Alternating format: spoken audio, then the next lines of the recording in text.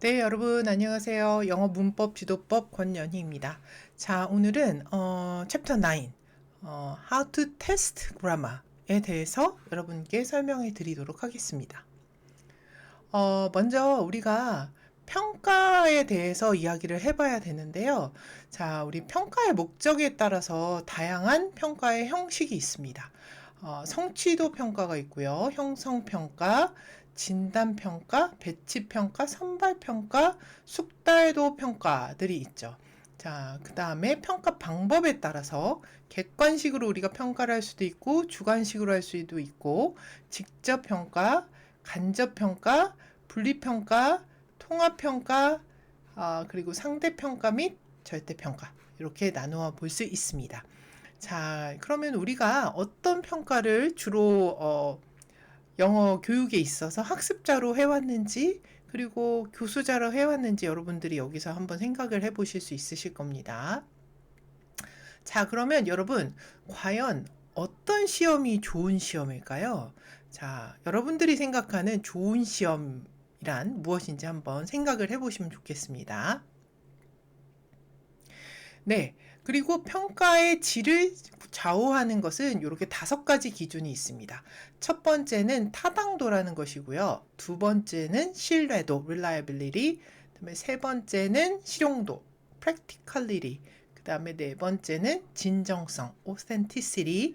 자, 그 다음에 5번째는 역류 효과라고 해서 워시백 이펙트라고 해서 평가는 이런 5가지 관점에서 우리가 좋은 평가인지 나쁜 평가인지 판단을 할 수가 있습니다.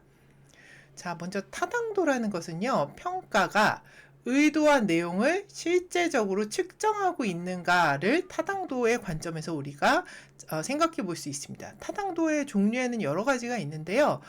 그 첫 번째 대표적인 것 내용 타당도가 있습니다.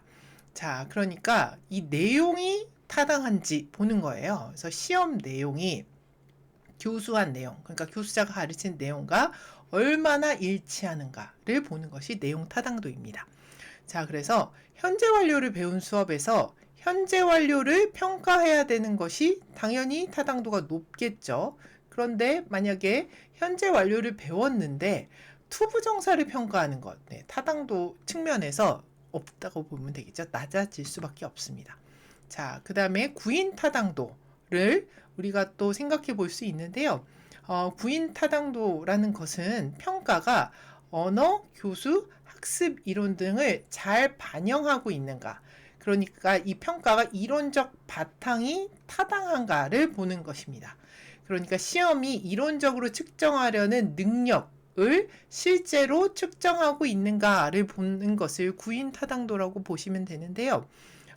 영어 말하기 능력을 평가하는 데 있어서 만약에 영어 지문을 큰 소리로 읽기, reading aloud를 시켰다고 한번 생각해 볼게요.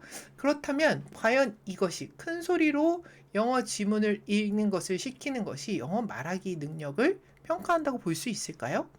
네, 우리가 영어 말하기 능력을 평가하는 데 있어서 기대하는 것들이 여러 가지가 있을 수 있는데요. 아마 우리가 말하기 평가에 있어서는 커뮤니케이티브 컴피턴스를 굉장히 많이 그 1순위로 꼽을 거예요. 근데 만약에 이런 평가를 하게 된다면 구인 타동도 측면에서 옳지 못한 평가가 된다라고 이야기할 수 있겠죠. 자, 그 다음에 우리가 생각해 볼 수 있는 타당도는 준거 타당도, Criterion Related Validity라고 보시면 됩니다. 그러니까 이런 어떤 criteria를 보여주는 것이고, 그리고 그것과 어떤 기준과 얼마나 잘 일치하고 있느냐를 보여주는 것이 준거 타당도 인데요. 그 준거 타당도 중에 첫 번째는 공인 타당도, 두 번째는 예측 타당도가 있습니다. 자, 그래서 우리가 어떤 시험을 했을 때 그 시험이 현존하는 다른 시험과 비교를 했을 때 얼마나 타당한가 우리가 그것을 생각해 볼 수가 있어요. 그래서 우리가 어떤 새로운 스피킹 테스트를 만들었다고 한번 가정을 해볼게요. 그러면 이 스피킹 점수와 토플 스피킹 요거는 굉장히 실제적으로 타당도가 높은 오래된 시험이죠. 그래서 토플 스피킹 점수를 비교를 합니다. 그래서 학습자가 A라는 학습자가 새로 만든 스피킹 테스트에서도 점수가 높고 토플 스피킹 테스트에서도 점수가 높았다면 네, 그 공인 타당도가 높다고 볼 수 있다 라고 이야기를 할 수가 있겠죠. 자, 예측 타당도는요, 말 그대로 무언가를 예측을 하는 것이에요. 그래서 이 영어 점수가 미래의 성과를 얼마나 잘 예측해낼 수 있느냐를 말을 합니다. 그래서 영어 시험을 점수를 보고 만약에 토플 같은 것들, 토플 시험을 한번 생각을 해볼까요? 네, 토플 시험을 우리가 스피킹 테스트를 하던지, 뭐 라이팅 테스트를 하던지, 테스트를 했으면 그 점수 결과가 있겠죠. 그러면 우리가 토플 점수가 높은 학생들은 실제로도 영미권 학교에서도 공부를 잘할 거야, 영어를 잘할 거야, 그것을 예측할 수가 있겠죠.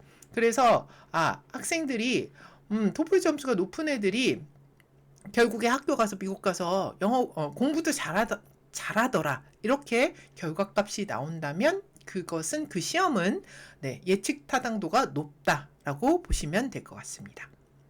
자, 그 다음에 두 번째로 볼 수 있는 것은요, 신뢰도입니다. reliability. 자, 그래서 평가 도구로 측정한 값이 일관성이 있는지를 보는 것입니다.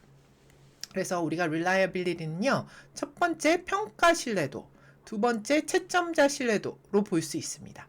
자, 그래서 평가 신뢰도라는 것은요, 어떤 평가 도구, 어떤 시험이 동일 대상에게 두 번 실시를 해요.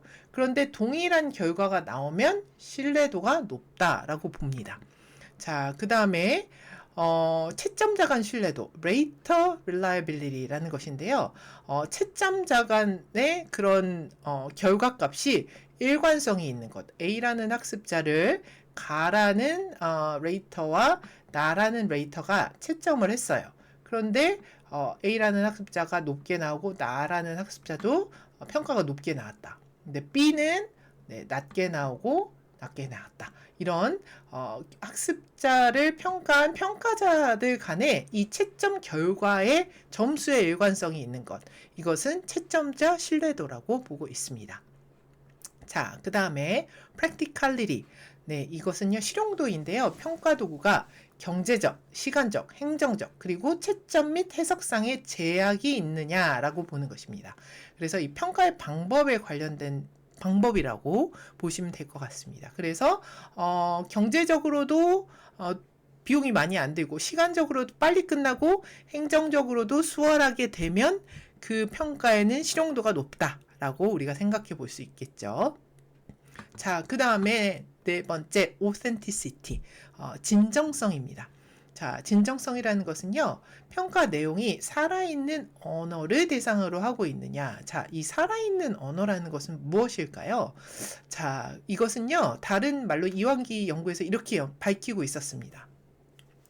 언어와 언어 사용의 모습이 실제 있는 그대로의 모습을 평가할 수 있어야 한다라는 것이에요. 그래서 평가 내용에 진정성이 없는 문항들로 구성이 된다면 학습자들은 평가에 불성실하게 임하게 되고 그것은 평가에 대한 낮은 신뢰도로서 이어질 수밖에 없다.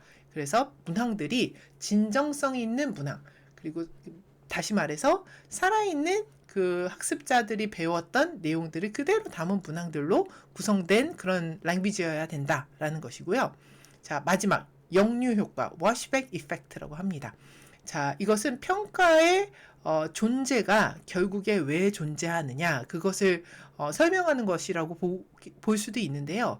이렇게 설명되고 있습니다. 평가자는 평가가 교수 학습에 미치는 교육적 파급 효과 뿐만 아니라 그 효과가 어떤 분야에 어떻게 얼마만큼 나타날지를 염두해야 한다라고 설명하고 있고요. 그러니까 평가가 그 단순히 평가의 점수로 존재하는 것이 아니라 평가의 점수들이 교육적 파급 효과가 있다라는 점을 우리가 이 워시백 이펙트라고 본다고 여러분 이해하시면 될 것 같고요. 자, 왜냐하면 평가라는 것은 단순히 학생들을 줄 세우기 위한 그런 개념에서 끝이는 게 아니라 결국에 만약에 그 방법이 잘못되었다면 교육 방향을 바꾸는데 유익하게 작용할 수도 있고 시험을 본 학습자들한테 풍부한 피드백을 제공하는 것이 굉장히 중요하다라는 점에서 이 워시백 이펙트가 중요하다. 라고 설명하고 있었습니다. 자, 그러면 우리가 문법을 가르칠 때, 문법을 평가할 때 discrete item 테스트를 할 수가 있겠죠.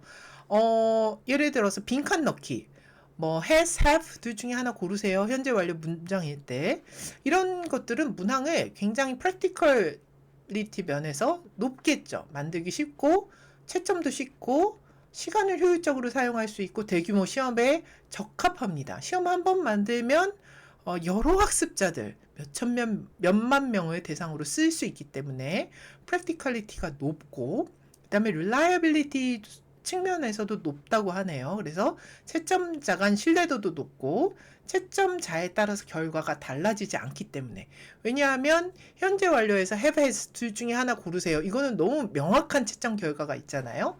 정답이 명확합니다. 그 다음에 채점 기준이 동일하기 때문에 그렇다라고 볼 수 있습니다. 자, 그리고요, 여러분들 이 validity 중에서 중요한 게 이 face validity라는 것이 있습니다. 그래서 학습자들이 익숙한 시험의 유형이라면 표면 타당도를 높게 느낀다라고 설명을 하고 있었습니다. 그런데요, 네, 이것에도 한계점은 있을 수밖에 없겠죠. 문법 지식은 측정하지만 실제 사용하는 것, 문법을 실제로 오센틱 랭귀지로 사용할 수 있는지, 스피킹과 라이팅의 프로덕션으로 이어질 수 있는지 그것은 측정하지 못한다라는 것이 그 한계점입니다. 자, 그러면 퍼포먼스 테스트, 우리가 흔히 말하는 수행평가를 이야기를 하죠. 이 수행평가를 생각을 한번 또 다른 면에서 수행평가를 통해서 문법을 우리가 과연 테스트를 할 수 있을까?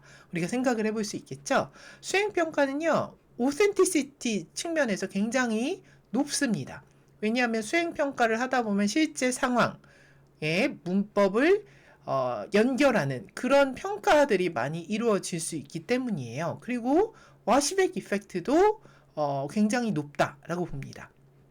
그래서 시험이 수업에 긍정적인 영향을 끼칠 수 있고 그리고 말하기나 커뮤니케이티브 컴피턴스나 상호작용을 강조하는 우리가 시험을 낸다면 네, 그 안에서 의사소통 중심 수업을 하고 과업 기반 활동, TBLT 이런 것들을 교수자가 제공해 주지 않을까라는 측면에서 워시백 이펙트도 우리가 기대를 할 수가 있습니다.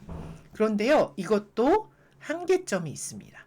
자, 프랙티컬리티 측면에서 낮을 수밖에 없겠죠. 왜냐하면 시험 시간 준비가 많이 걸리고 그 다음에 채점 시간이 오래 걸릴 수밖에 없고요. 릴라이빌리티 측면에서도 낮을 수도 있다라고 봅니다.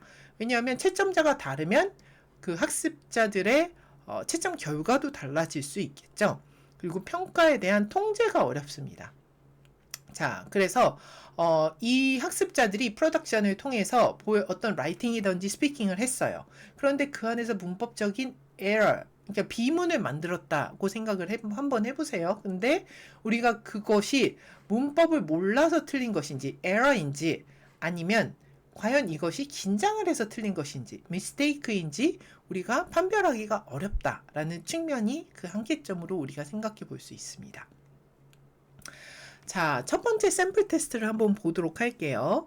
자, 이 5가지 테스트들이 있는데요. 자, 이 테스트들이 yet과 still과 already의 의미 차이를 테스트하는 5가지 양식입니다. 자, 첫 번째는 네, 요 단어를 넣고 문장 배열하기 같죠? 그 다음에 두 번째 빈칸 있습니다. 여러분들. 그 다음에 세 번째 네, 어떤 타임 뭔가 이런 이벤트가 있는 것들이 있고 이 밑에 이 내용들을 기술한 것이 있어요. 자, 그래서 이 센텐스가 true, false인지 골라라. 어떤 상황이 맥락이 주어지네요. 자, 네 번째 한번 볼까요?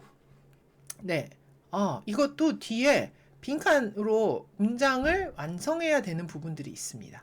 자, 5번째는요, 완전히 어떤 상황을 주고 이것에 대해서 쓰세요 라는 과업인 것 같아요. 자, 그러면 네, 첫 번째 테스트는요, word placement 테스트입니다. 좀 폼에 집중이 되어 있겠죠. 평가 목표는 적절한 위치 찾기가 될 거고요. 장점, 채점 용이하고요. practicality 높습니다. 신뢰도 높고 빨리 진단 가능합니다. 단점은 예, 이것을 그냥 아무거나 하나씩 위치에 놓고 그냥 배열해도 문장 내용에 대한 의미 파악이 안 되어도 문제를 풀 수 있다라는 점이라고 볼 수 있습니다. 자, 두 번째는요, fill in the gap이고요. 어쨌거나 이것은 맥락 안에 이런 단어들을 넣어야 되기 때문에 meaning과 form을 결합한 것이다 라고 보면 되겠죠. 자, 평가 목표는요, 맥락을 제공하고 의미를 추론해야지 이 문제를 풀 수 있는 것이다 라고 보시면 되고요. 장점은 텍스트의 의미를 이해해야 되고, 그리고 또 실용성이 높습니다. 빈칸 넣기만 하면 되니까요.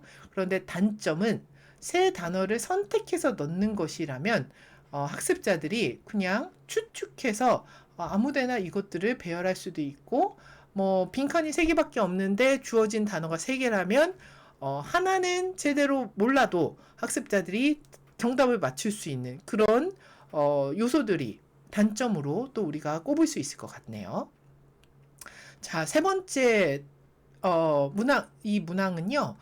interpretation, 이 상황에 대해서 해석을 해야 되고 이것에 대한 comprehension, 이해가 되어야지 네, 문제를 풀 수 있는 것이라고 봅니다. 그래서 평가 목표는 학습자가 3가지 단어에 대한 문법을 이해하는지가 평가되는 것인데요. 장점은 의미 중심이고 맥락을 제공하고 있다. 그렇지만 단점은 프로덕션에 대한 평가는 불가능하다. 컴프레hension만 체크할 수 있고 프로덕션에 대한 체크는 어렵다 라고 볼 수 있겠죠. 자, 네 번째는요, true sentence completion입니다. 자, 이것은 이제 뒷부분을 완성하는 controlled writing, 통제 쓰기 활동인데요. 평가 목표는 controlled writing을 통해서 문법을 사용하기인데, personalization, 이제 뭐 이 뒷부분에 의해서 뒷부분 내용을 어떤 내용이든지 본인의 이야기를 쓰면 되는 것이기 때문에 학생들이 퍼스널라이제이션을 시킬 수가 있고 동기가 증가될 수 있습니다. 자기에 대한 이야기를 하는 것이기 때문에요. 근데 학습자들마다 만들어내는 문장이 다를 수밖에 없겠죠. 채점이 어려울 수밖에 없고요. 그리고 그러다 보면 레이터 간의 신뢰도가 감소될 수밖에 없다라고 볼 수 있습니다. 자, 마지막으로는 프리라이팅입니다. 자유글씨 시키는 것이었었는데요.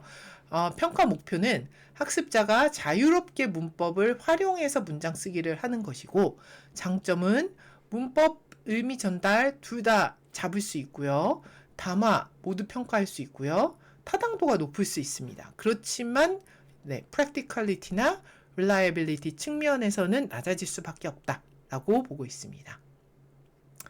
자, 그 다음에 두 번째 테스트는요, 퍼포먼스 테스트입니다. 수행평가인데요. oral performance 테스트예요. 그러니까 말하기 수행평가예요. 그래서 이 평가의 목적은 present perfect를 이 그림 A와 B를 비교를 하면서 present perfect sentences를 사용을 하는 것이고, 실제 말하기 과제를 통해서 말하기 과제가 information gap activity였어요. 유창성, 상호작용 통해서 학습 이런 것들을 통합평가할 수 있는 평가다라고 보고 있습니다. 자, 그런데 이게 왜 유창성과 상호작용까지 평가할 수 있는 것일까요? 자, 그림 A하고 B를요, 스튜던트 A하고 스튜던트 B한테 따로 나누어주는 그림이라고 보시면 됩니다. 그래서 페어워크로 설계가 된 활동이고요. 자, 학생 A하고 B는 서로 다른 그림을 받아요. 그리고 상대 그림을 보여주지 않습니다. 주로 페어워크 할 때 이러죠. 인포메이션 갭 할 때. 자, 그러면 첫 번째로 학생들은 상대방의 그림을 보지 않은 채로 자신의 그림을 설명을 합니다. 그리고 상대방이 하는 이야기를 듣기만 하는 것이죠. 그러면서 내 그림에 무엇이 달라졌는지 그것을 찾게 하는 거예요. 그래서 여기 보시면 그림에 다른 그림들이 굉장히 많죠. 나무라든지 이 차도 다르고요. 이런 뭐 등도 모양이 다르게 생겼고 하여간 다른 요소들이 상당히 많습니다. 자, 그래서 이런 문장들을 학생들이 이제 프로덕션 하는 거예요. A new restaurant has opened. The bakery has disappeared. They've built new apartments. 이런 식으로 문장들을 생성해내게끔 하는 것. 네. 이런 활동인데요. 이제 스텝 1은 페어워크로 시작을 합니다. 그래서 아까 말씀드렸다시피 짝 활동으로 정보 격차를 보고 학생들은 내가 무엇을 해야 되는지 지시사항을 읽고 그림을 살펴봅니다. 그리고 이제 oral presentation을 하는 거죠. 그럼 교수자는 무엇을 채점할 수 있냐? fluency, complexity, accuracy를 그리고 또 상호평가를 평가할 수 있습니다. fluency는 이제 학생들이 말하는 것 리코딩해서 이야기를 해줄 수 있고 complexity, 학생들이 말한 그런 spoken discourse, spoken corpus를 만들어서 학생들이 문장을 얼마나 구조적으로 복잡한 문장들을 만들었는지, 그리고 그 문장들의 정확성이 얼마나 됐는지, 이런 것들을 평가할 수 있겠죠. 자, 장점과 단점 한번 보겠습니다. 장점은요, 네, 학습자들이 실제 언어 사용하는 것을 실제 언어 사용을 평가할 수 있고요. 문법을 아는 것이 아니고 실제 쓸 수 있는가를 평가할 수 있습니다.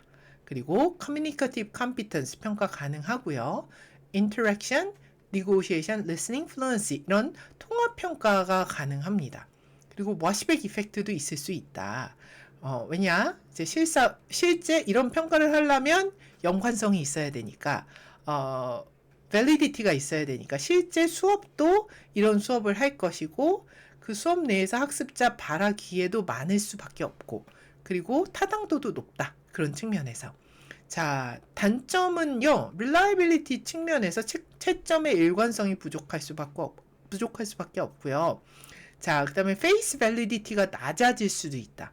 왜냐하면 pair work인 것을 고려를 했을 때 내가 어떤 파트너를 만났는지, 만약에 말을 많이 해주고 설명을 잘해주는 파트너를 만나면 조금 더, 그리고 나하고 proficiency 레벨이 비슷한 다른 파트너를 만나면 이 활동이 훨씬 더 잘 수행이 될 수 있지만, 만약에 학습자 간 proficiency 레벨이 맞지 않다든지 이쪽 학생이 많은 정보를 줄 수 없다면 그 의미가 감해질 수밖에 없겠죠.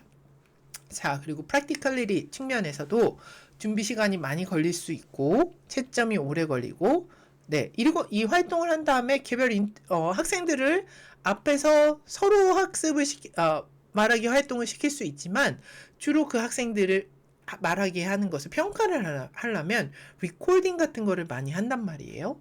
그렇다면 그것이 이제 개별 인터뷰를 통해서 할 수가 있는데, 이것이 학습자들이 몇십 명이 되는 그런 large 클래스일수록 시간도 많이 걸릴 수 있다. 그러면 결국에 교사의 부담감으로 밖에 이어질 수밖에 없다는 단점이 있다라고 보실 수 있습니다.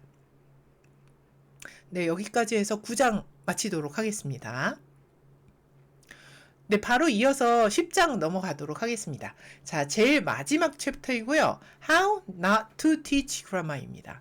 자, 과연 여기서는 문법을 어떻게 가르치지 않을 것이냐라는 것에 대해서 이야기를 하는 것이 아니고, 자, 우리가 문법을 가르칠 때 어떻게 가르쳐야 되는 것이냐, 그 6가지 룰을 이 교재의 저자 톤버리가 쫙 6가지 포인트에서 정리를 하고 있습니다. 그 6가지 포인트를 한번 보도록 할게요.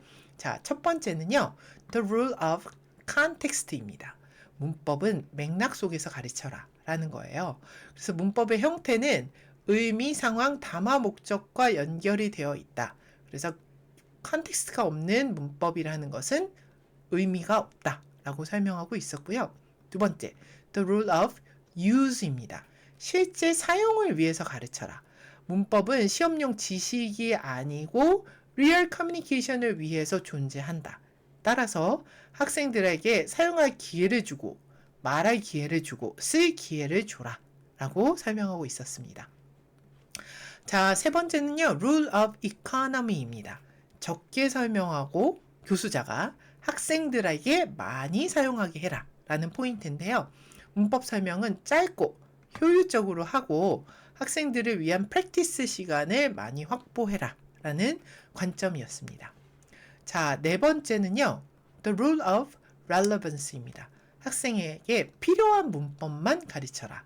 학생들의 이 필요하다는 이 필요는 어떤 관점에서 생각을 할 수 있냐, 요구사항이 어떤 것인지, 그리고 학습자들이 얼마나 준비가 되었는지, 그리고 그 문법 사항들이 학생들한테 얼마나 유용한 것인지 우리가 이런 것들을 생각해 봐야 된다라는 관점이고요. 다섯 번째는 the rule of nature예요. nurture입니다.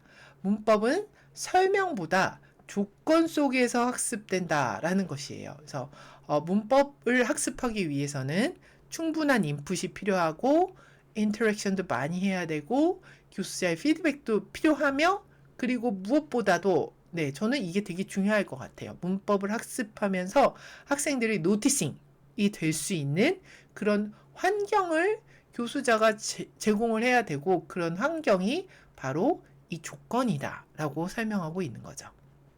자, 마지막은요. The rule of appropriacy입니다.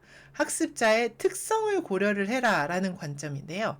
우리가 흔히 생각하는 학습자 특성, age, proficiency level, motivation, learning style, 그러니까 학습 스타일을 이야기를 하죠. 그리고 학습자들이 이 수업을 통해서 무엇을 기대를 하는지 이런 것들을 우리가 고려를 해서 문법 수업을 설계해야 된다라는 관점으로 여섯 번째 관점이었습니다.